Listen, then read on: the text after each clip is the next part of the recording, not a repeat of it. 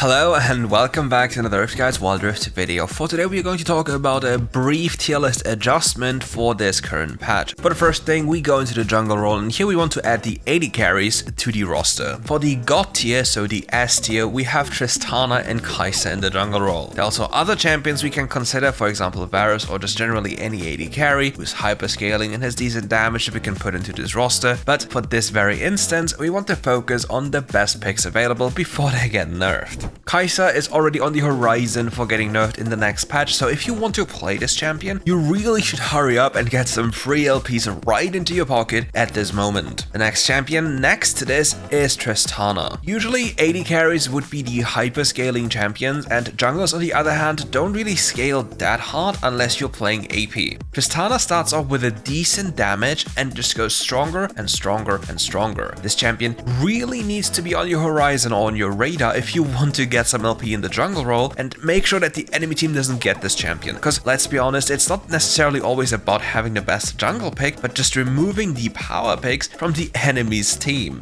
Next we need to talk about the AD carry role. Here we have slight adjustments. We have Jhin, Kai'Sa, Tristana and Corki. If you have any of those 4 champions, your success rate will skyrocket, and there's a few things you need to understand to make sure that you win most of your games. There's one item that has been released that many people believe is the godsend for the AD carry role, and that's the Collector. Collector is not really a good item, and most of the time building it actually loses you damage because the execute threshold is way too little compared to what the item grants you. Other items, for example a typical AD carry build, would be Shield Bow, Phantom Dancer, Infinity Edge and Lord Dominik's Regards, and you have more damage than Collector can ever grant you, while also having infinite sustain. Something we also have to mention is that some of the new crit items are really not good for the current champion roster in the AD carry role. For example, Vayne doesn't really like those items as she had good items beforehand, and she's forced to go into crit to have more shielding, and Lucian also really doesn't like the new itemization.